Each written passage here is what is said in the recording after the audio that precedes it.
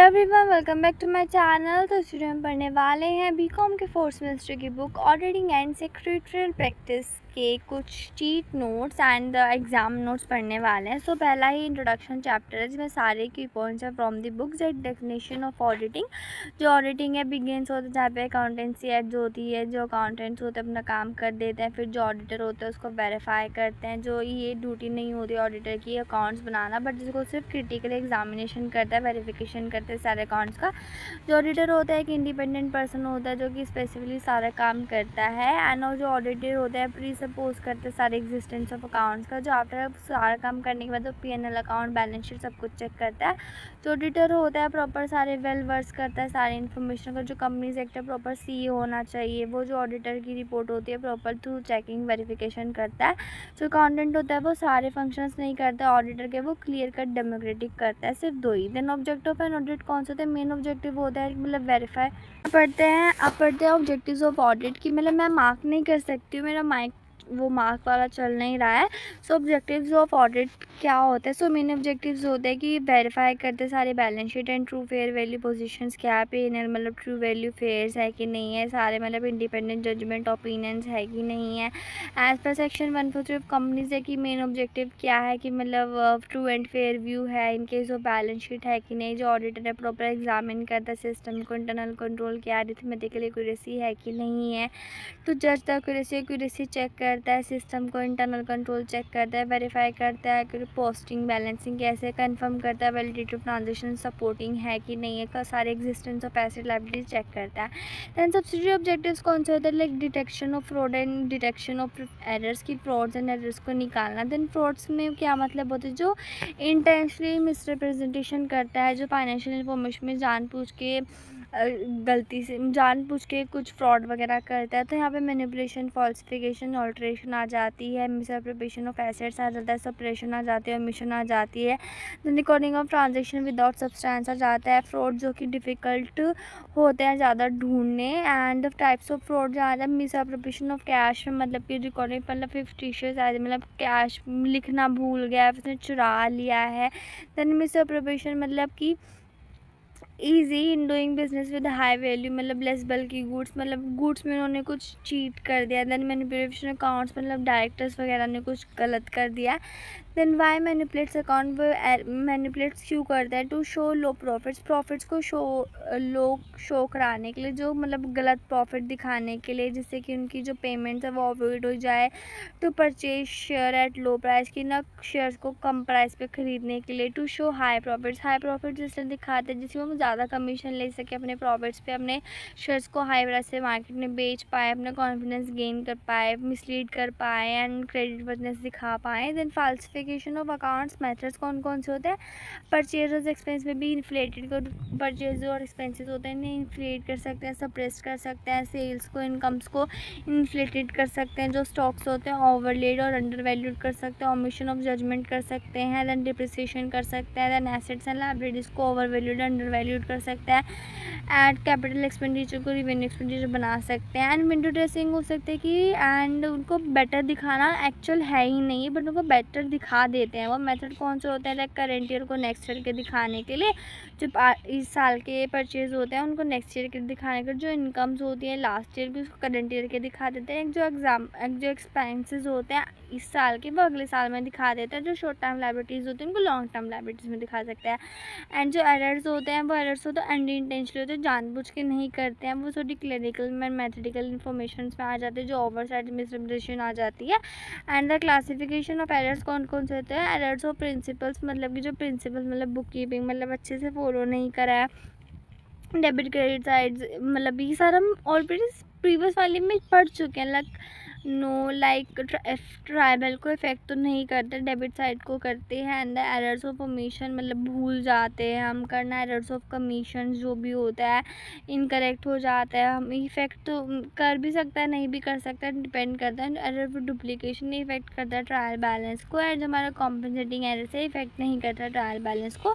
And how to detect errors, error को कैसे निकाल सकते हैं? सेल्फ बैलेंसिंग से करके निकाल सकते, ट्रायल बैलेंस को चेक करके निकाल सकते हैं, सकते हैं लेजर से, ट्रायल बैलेंस से।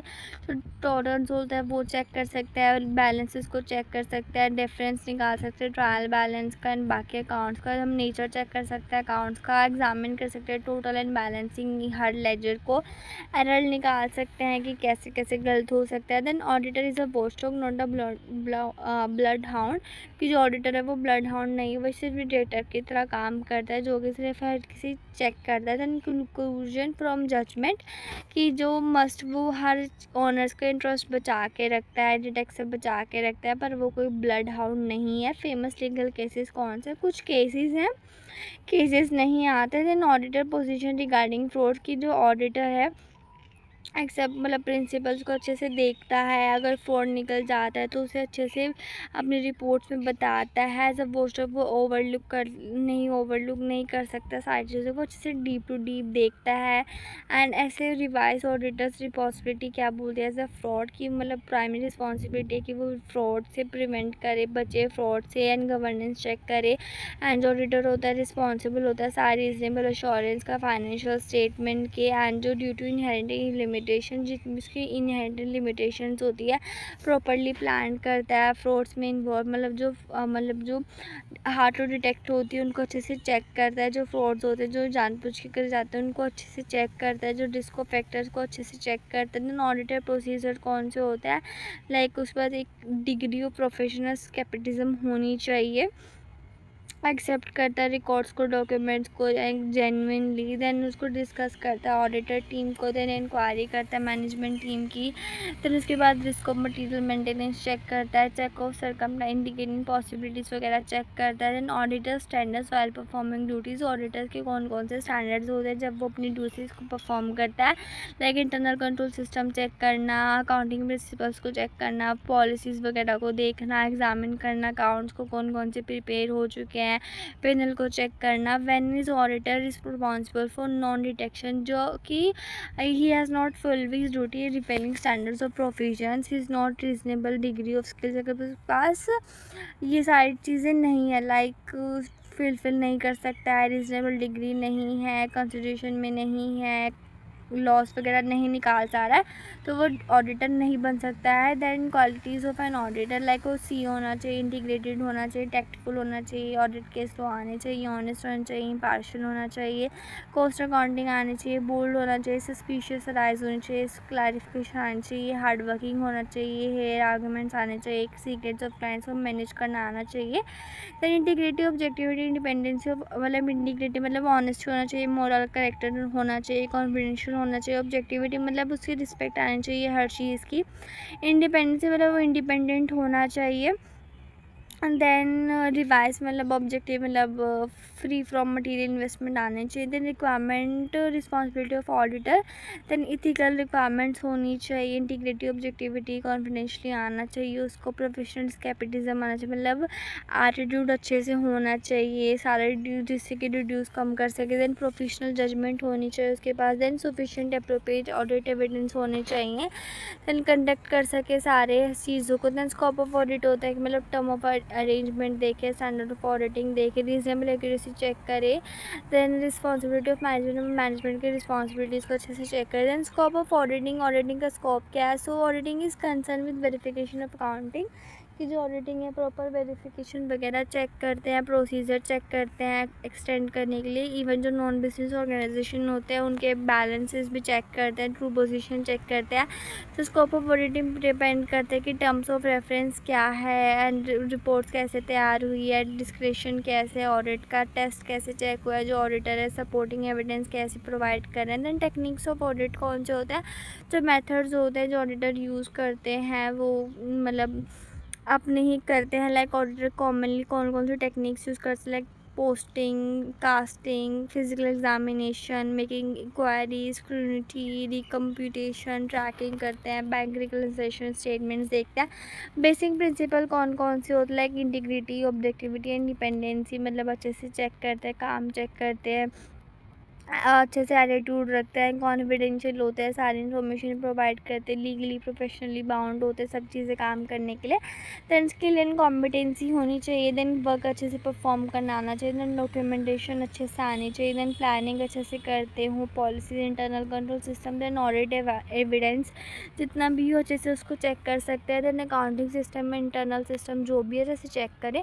Then advantages of an audit, advantages कौन कौन से होते हैं for businessman and shareholder के लिए, अच्छे से मतलब एफिशिएंटली कंडक्ट करे, पार्टनरशिप के लिए ट्रू फाइनेंशियल पोजीशन दिखाए, डिस्प्यूट्स चेक करे, इन केस ऑफ पार्टनरशिप है तो गुडविल अच्छे से चेक करे और शेयर होल्डर को अच्छे से परफॉर्मेंस चेक करके बताए, फाइनेंशियल स्टेटमेंट को बताए। Then second one that is for the management के लिए अच्छे से डिटेक्ट करे, एरर्स को निकाले, अकाउंटेंट्स के लिए स्टाफ एंड बुक रिकॉर्ड्स अच्छे से चेक करें। एंड फॉर द क्रेडिटर्स के लॉन्ग टर्म क्रेडिटर्स को अच्छे से बताया कि कैसे ग्रांट क्रेडिट फैसिलिटीज़ हैं कंपनीज़ की। And for the government bodies जो है टैक्सेशन देखे, ऑडिट अकाउंट्स देखे, एंड जो ऑडिट अकाउंट्स आर यूज़फुल कौन कौन से गवर्नमेंट के लिए कौन कौन से यूज़ हो सकते हैं। एंड फॉर द अदर्स मतलब इंश्योरेंस कंपनीज़ के लिए मतलब उनके क्लेम्स चेक कर सकता है, अमालगेशन ऑब्जर्वेशन चेक कर सकता है। लिमिटेशंस ऑफ ऑडिट कौन कौन सी होती है, ऑडिट में नॉट कंप्लीट पिक्चर्स मतलब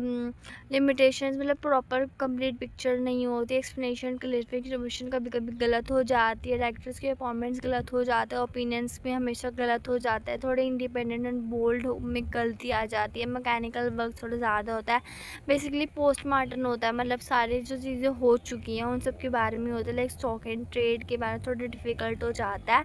then inherent limitations of auditing कौन कौन सी होती है, लाइक कुछ लिमिटेशंस होती हैं लाइक परवेसिव एविडेंस होता है, मतलब थोड़ा कंक्लूजन अच्छे से नहीं निकाल पाता है। नेचर ऑफ फाइनेंशियल रिपोर्टिंग अच्छे से नहीं बन के आती। नेचर ऑफ ऑडिटिंग का नेचर ही ऐसा फाइनेंशियल स्टेटमेंट जो कि पास्ट के लिए होती है, टाइम एंड कॉस्ट के टाइम वगैरह के लिए भी हो सकता है।